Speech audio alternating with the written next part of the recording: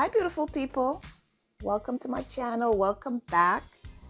So today we are going to do a recap and a review of Love and Marriage Huntsville, Season 6, Episode 5, titled Speak Now or Forever Hold Your Peace. So we start off the episode with Courtney and Stormi. They are having a staff meeting at the warehouse. So they bring the employees together, and of course, Stormi tells us that she really don't do a lot of staff meetings, which I think is a bad thing. You know, you have a company that's growing. You need to touch base with your employees at least once a week, as far as bringing everybody together to let them know what their expectations are and for them to give you any feedback of what's been going on. I'm sure if she was doing that, Stormi wouldn't be so backlogged in orders, because her staff would let her know exactly what is going on. So she brings them together, and she is letting them know that this is what's on the agenda, this is what we need to focus on. And then she asks if anyone has anything to say, and I believe it's her cousin, and he tells her that, listen, I'm usually the one unpacking. I need some help. You know, I think we need more hands in the warehouse. But Courtney is saying that they can't really do that right now. They're actually looking to terminate some people. So, I mean, the solution to that would be to cross-train people. Because according to Junior, Stormi's cousin, he's like, I'm over here busting my butt, making sure to get these orders filled to get them going. And I see people walking around, either just walking around or they're walking around on their phones. And he was like, you guys don't see that going on? I see it going on, because I'm over here killing myself. If I run out of a certain size of bottles, I have to stop what I'm doing with that production to get other things prepped. I could use some help over here. So with these people walking around, you know, scrolling on their phones, which I think it's a major issue right now, you know, with just staff. People are always in their phones. It's like, okay, what can that phone do for you? You're at work, put the phone down, get back to what you're doing, and on your break times, on your slow times, you know, you're really not even supposed to be on your personal phone at work. If it's an emergency, your family will know where to find you. So to his point, he's like, I think we need more staff. And Courtney's like, no, I don't think so. We're actually looking to terminate people. And at one point, we had Stormi crying. I guess she's emotional because she says this project is her baby. And she wants to make sure it's successful, because it is scary starting a business and having it scale so quickly that you're like, oh my God, am I going to be able to keep this in check? Then on top of that, she's getting negative reviews saying that her products are showing up with mold in it. Some people ordered their stuff months ago and they're not getting it. And because of that, now she either have to take off some money off the price of the order, or she have to send them a free product. So it's hurting her bottom line. So she just needed her staff to be more productive. And it seems like it's not happening, because it seems like most of the staff that they have working there is friends and family, which is a bad combination. Yes, you can work with family if you know that they're business oriented, but if you know that you're just hiring them to give them a job, they're going to take advantage of it. And we're going to talk more about that in a little bit.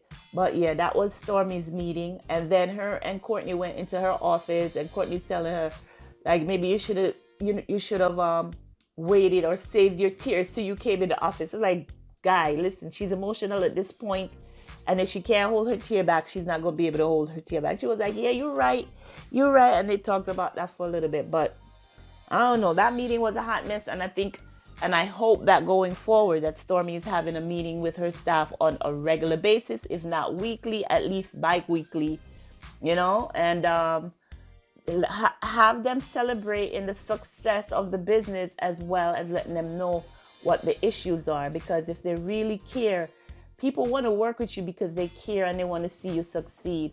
But you have to share with them. You can't just, you know, they're there working. Yes, they're getting a paycheck, but you still have to let them know that they feel like they're a part of the business, especially since this is a family business.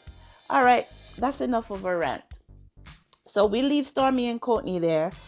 And we would go over to Melody and her team. I see Melody has a nice, strong team. They are making sure that she is booked and busy. She said to them, it could be a little bit overwhelming, but let's not stop. I believe her skincare manager, or just her overall manager, that told her that since the launch of her skincare, they've done $1 million in business, which is a great thing. And then they let her know that she has some fashion show coming up. She even have a person who is dealing with her international appearances or whatever. But Melody is doing well. So after she finished the meeting, now she's left with her manager, and she's kind of, telling her what's going on, because she feels that the manager could be a little empathetic, because she has gone through a divorce. So she's letting her know that, listen, even with everything that we're doing, I still have that going on behind the scenes, and it's getting messy, or it's gotten messy, or is messy, or whatever. And her manager, I forgot her name, is saying, yes, I get it, because I've gone through it. And Melody said one of the most important things for her is to make sure that the children have, that nothing has changed for them post-divorce, pre-divorce. She wants to make sure that their routine stays the same. She's still taking them on vacations. They're still involved in their extracurricular activities. They still have a steady home, which is very important for kids to be on a schedule. They don't need to feel the trauma of the parents going through a divorce, which is what she's doing to make sure that she protect those kids at all costs. Unlike her ex-husband, who is putting the kids on video, having them talk bad about, not talk bad about her, but the fact that she left us with such and such. These kids haven't had a shower in days, they haven't eaten in days, or just bad things that he's letting them do. But Melody is making sure that she keep it classy, as always. Even though he was trying to bash her, he went on a whole tour trying to bash her, and she did not respond. So she's like, it takes a lot for this to happen. I'm glad she has her family around her to help her, get through this. She has her mom, and I'm sure she has extended family who's helping her get through this. But she's letting the manager know, listen, I know I have a lot going on, but my kids are my number one priority. So, I got to do what I have to do for them and with them. So she told the manager told her that, you have to do your mental health checks, because this could drive you batty. This could drive you crazy. So she's like, yep, I'm doing it. I'm making sure I do it. Then she let her know that in keeping the kids, grounded and moving forward, she's having a party for her middle daughters, because they're like a week apart. Different years, of course, but they're a week apart. So she's just going to do one combination skate party, and she is going to invite by invitation only. So she was just letting her know what was coming up. Now we head over to Latisha and Marsau. They are at Blaque Lounge, and they invited the Slutty Vegan. I'm sure you've heard of her. If you haven't followed her on Instagram, she has an Instagram page. So she is, it's a food truck that's letting people know that, eating healthy can still be tasty. So I believe she has, even though she has the food truck, she has actual brick-and-mortar stores all over the country. So Latisha invited her to Huntsville, or I'm not sure how the setup was, but she's in Huntsville promoting, Slutty Vegan. And Latisha, being a commercial real estate broker, is hoping that she could find, Joy is her name, she could help Joy find a store in Huntsville to set up her restaurant, because she said that they're looking for more Black entrepreneurs to come into Huntsville, and that would be a good one, because she's already, established and people already know about it. But I'm sure there are some people who don't know about it who be interested to have some interesting vegetarian food. So that was the meeting with Latisha, Marsau, and Joy. And then we had Maurice and Kimmy come in. By this time, they had already stopped at the truck and gotten their burgers and stuff. Latisha was like, come on, give me some. Kimmy was like, you're getting none of this. You gotta go get your own, whatever. Give me some fries. No, you ain't getting no fries. And then Maurice was like, here, you can have my fries because I'm not going to eat them. So then they started talking about, remember, they had the meeting for the Core 6 because we're not calling it the Comeback Group anymore. It's now called the Core 6. So they're talking about how the meeting went. And again, Kimmy brings up like, Latisha, I'm still not, and I still don't know exactly where it's going or, you know, the whole setup or everything. She's like, I'm still kind of confused. So walk me through it again. Is this going to be your event and we are expected to come and support you? Or is this a group event? And she comes back again about, you know, the sponsorship and the monetary rewards that they may get. You're like, how are we getting some of this? So then we have Maurice and Latisha go into the confession. It's like, wait a minute. Why they sounding like the Holts? What, they need to sound more like the Scotts. But at this point, Kimmy and Reese, they're sounding like the Holts. And Marsau's like, yeah, they're spending a little bit more time. She's like, I think Kimmy might be spending too much time with Melody. And Marsau was like, and I think that Reese is spending too much time with Martell because they're not sounding like Scots right now. They're sounding like the Holts. But to Kimmy's point, she needs a clear understanding of what is going on before she commits herself to it, because people's time is valuable. So for you to expect me to come out and support you and I don't know exactly what I'm going to be doing, it don't sit right with me. I need to know what I'm doing before I get there. Exactly. Who wants to go there and don't know what they're doing? It's going to look unorganized and like, who put this thing together? So Kimmy don't want to be embarrassed at that aspect of it. And she needs to know exactly what is expected of her before she go. So we left them there talking. And then we go over to now another scene with Martell and Marsau. And this seems like it's a promising one, people. I think we're actually getting somewhere, people.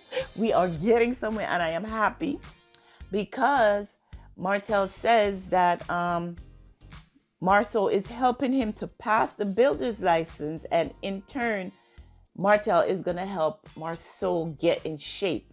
And it's going to take about 4 months for each to happen. So Marsau gave Martell some great advice. He's like, when you're studying, Martell, you need to immerse yourself into what you're doing. You can't just pick up the book and study for 20 minutes and say that. It's like, it needs to become your whole world.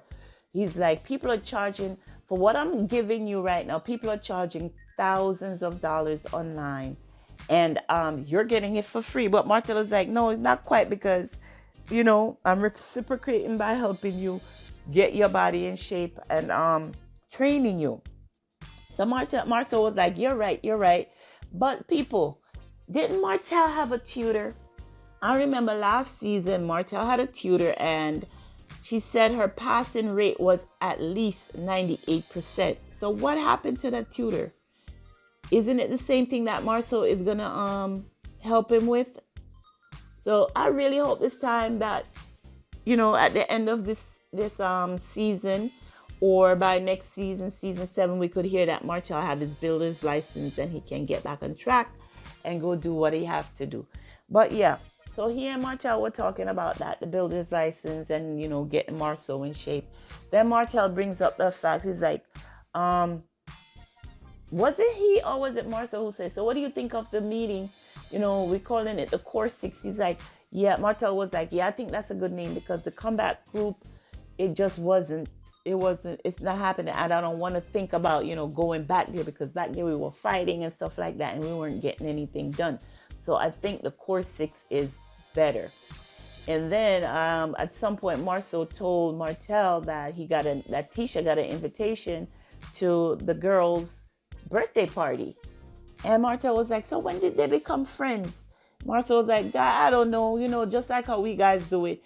At some point we come around and we're friends again. But that's where it is. And of course, Martell had to throw the negative in there. He's like, she's over here inviting people to the girls' party that she don't even like. Why is she doing that? So Martell was like, listen, Marsau was like, I don't know what advice to give you at this point. He's like, what's the problem with you and Melody? And Martell really could not explain it. And then he's like, at this point, you might need to talk to Reese about it, because I don't have no advice to give you. I can't see myself where you are. Even if Tisha and I decide to go separate ways, I don't think we'll be fighting the way you guys are. So at this point, dude, I don't have no advice for you. Go talk to Reese and see what he got to say. So we left it there.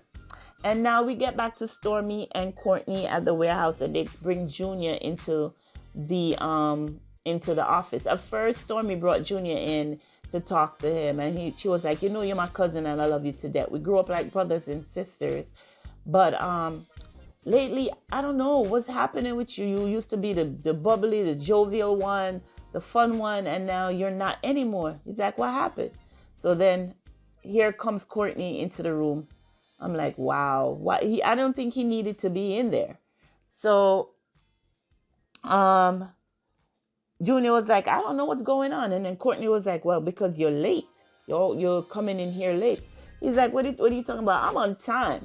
If I come in and I clock in by 8:05, I'm on time.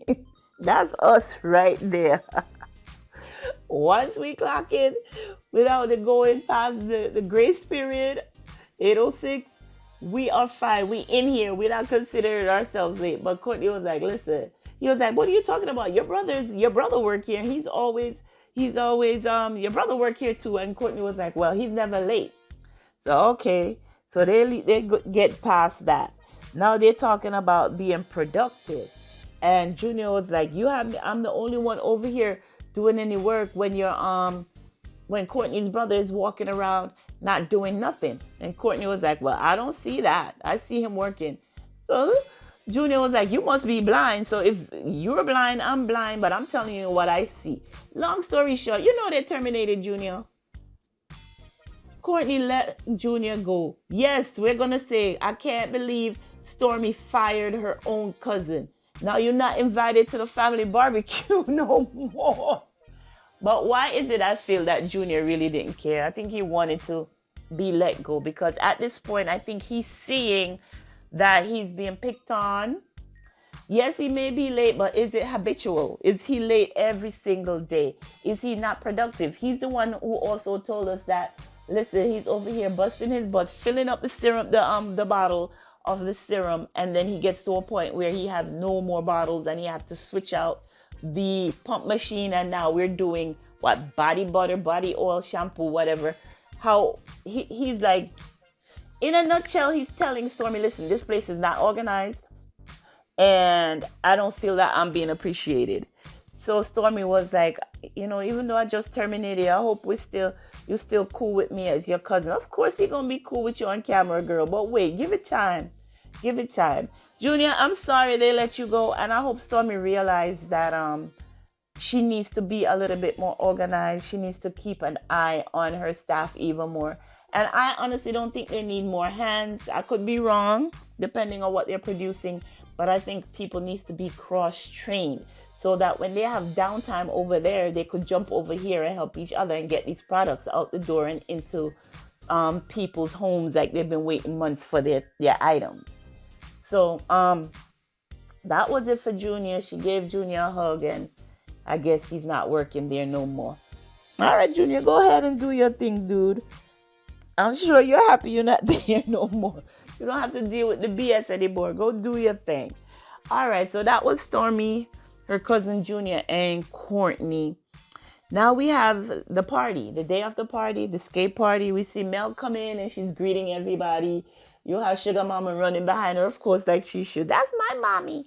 She's running behind her everywhere she went. And then we see Martell walk up into the place. I'm like, oh shit. Martell did not just walk up in here. So Melody she heard one of the kids say, hey, Daddy. And she turned and like, Martell just like, come on, Martell, let's go talk. No cameras. This is not a camera moment. So she brings Martell into the foyer. And she's like, listen, this is a private event. I'm throwing for my daughters for their party.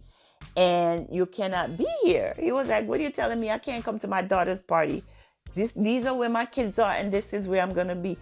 And Miss Van tried to get in and tell, because I guess he was getting up in Melody's face. And she was like, you step back. Do not come any closer.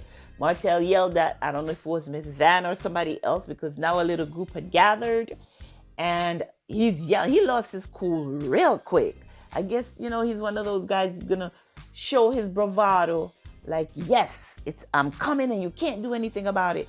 But of course the ladies stood firm. They were like, Melody was like, Martell, please don't let me call the police. So I was like, call him then, because I'm not leaving the event. So he walks inside and he gives his kids, he hugged them, all of them, and then he left. So I guess he didn't want no problems with the cops. So he left. She gave him a couple of minutes and he left. So now the party could continue.